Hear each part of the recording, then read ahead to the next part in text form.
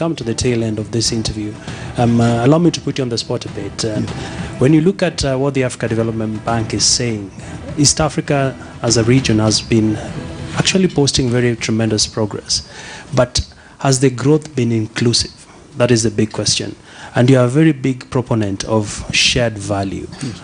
And what does this signify, especially now that we're in a time where we are seeing unemployment at about 40%, and yet we have opportunities for young people to invest, but the government hasn't really opened up the playing field? So, Abi, you know, the government is not the employer of last resort. Actually, you'd be very worried if the government was rushing out to employ people in their thousands, because it means you would now have a top-heavy, and this will be a burden on the taxpayer. But let's confront issues as they are today. For the time since independence until 2013, we had a growing infrastructure gap. This government took over when there were less than 12,000 kilometers of roads that are tarmacked. We are well on course to doubling that as we speak in the last 7 years. Now, we recognize, and it is a fact that, in the last 6 years, it is a fact that a lot of this money has not trickled down to the ordinary mwananchi. But it is, when you build roads in a highly mechanized manner, when you're building large infrastructure programs. And it's true, people say they don't eat infrastructure, we don't eat bridges, we don't eat roads. But these roads are now serving as links between farming communities and markets. They're reducing the cost and the time taken from home to hospitals, from home to work. You know, we have now managed to sort of regress the amount of rural-urban migration, in part by supporting devolution to the extent of devolving over 2 trillion shillings in funds to the counties to develop at the local level infrastructure. Now, this gap will start being felt in probably in years to come. And I think it will be the key enabler for enterprise to take place, because businesses have been saying, look, we don't feel safe, so we can't open 24 hours, which is why we are now aggressively doing last mile electricity connectivity and doing lighting to allow for 24-hour business. Business people have complained that they didn't have the infrastructure, logistics-wise, to move things from point A to B.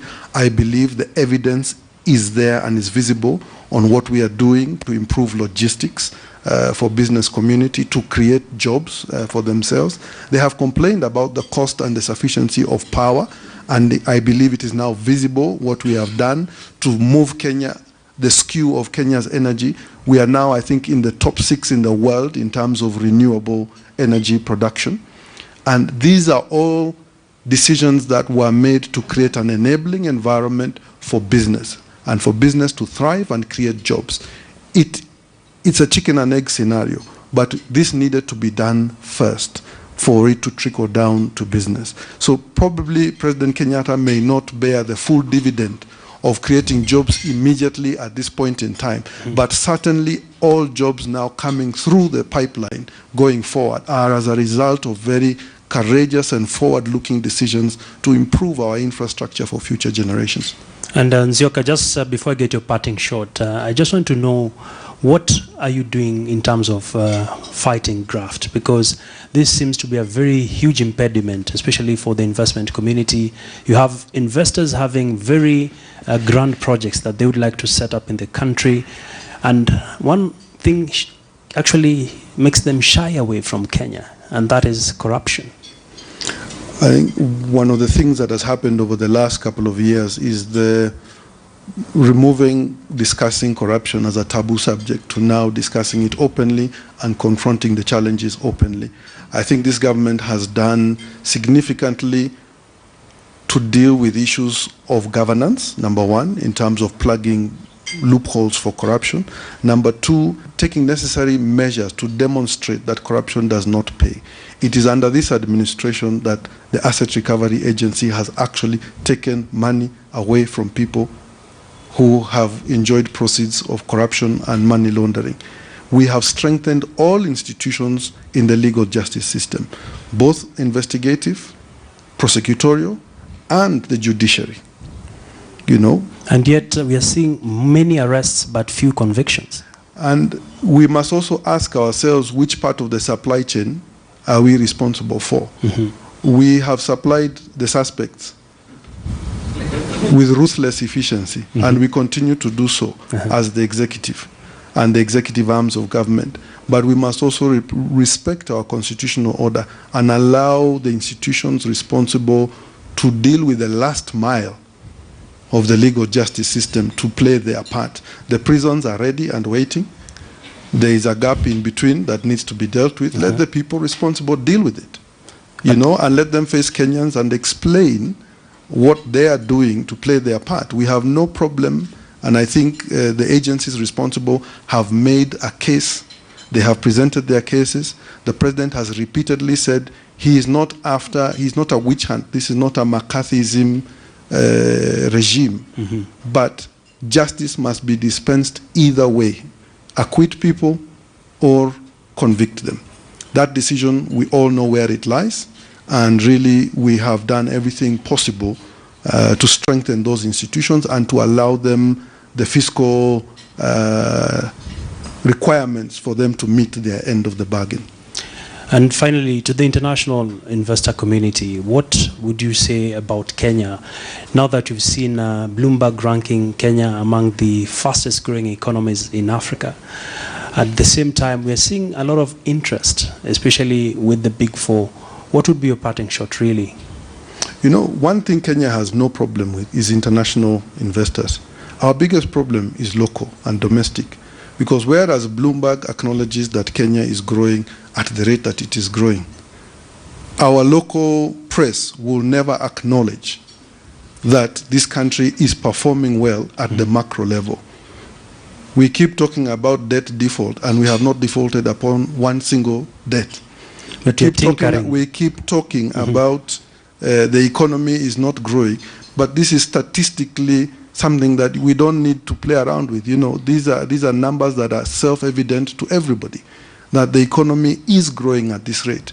You know, we acknowledge the weaknesses that are there, but we would really want to ask that we be circumspect about our country's growth, criticize where it is required, but also really encourage our own local business people to spend and have confidence in this economy. Because even when we look at the securities exchange and we see the traffic that is coming in and out, a lot of it is international investors looking at Kenya as a growth market and trying to, you know, place their money here because, you know, it's an emerging market destination. But we need to see our local Kenyans seeing their country the same way. And that lens can only be shifted by the fourth estate. And I will never tire to advocate, to beg, plead, and whatever you require us to do to help you inform the public, to have confidence in the economy and to invest in the stock exchange and in other opportunities here. So I will not tire. So don't punish me for plugging that in. Thank you. So long as you pay our debts. Yes. So Nzioka, such an honor to have you on the program. And it would be unfair for me to end this interview without asking you, do you own any shares? Don't tell me where, but do you own any shares? Yes, I have been an active participant in the securities exchange from a very young age. And I would encourage young people to take a longer term view of the stock market. You know, the gambling issue should be a window into the insight of the mindset of a lot of our people, and it's something we should be concerned about. But I'd want to encourage, if you're ready to gamble on a football match, you should be ready to put your money on the stock exchange. At least with the stock exchange, there are governance rules, and you get early warning if your player is about to be knocked off, you know, and you can make some good investment choices and decisions. And I would encourage young people, in particular, those who are just first-time employees, to really put their money into the securities exchange, to take long positions, and to become consistent savers through shares. All right. Thank you so much, Nzioka Waita. Looking forward to that rally ride with you one day. Thank you. July 5th to 7th, come, we would give you a ride. You have a date. All right. Well, we've been speaking there to the Chief of Staff, Nzioka Waita, on the premiere episode of The Trading Bell. Right now, I want to take a look at our market analysis for this week.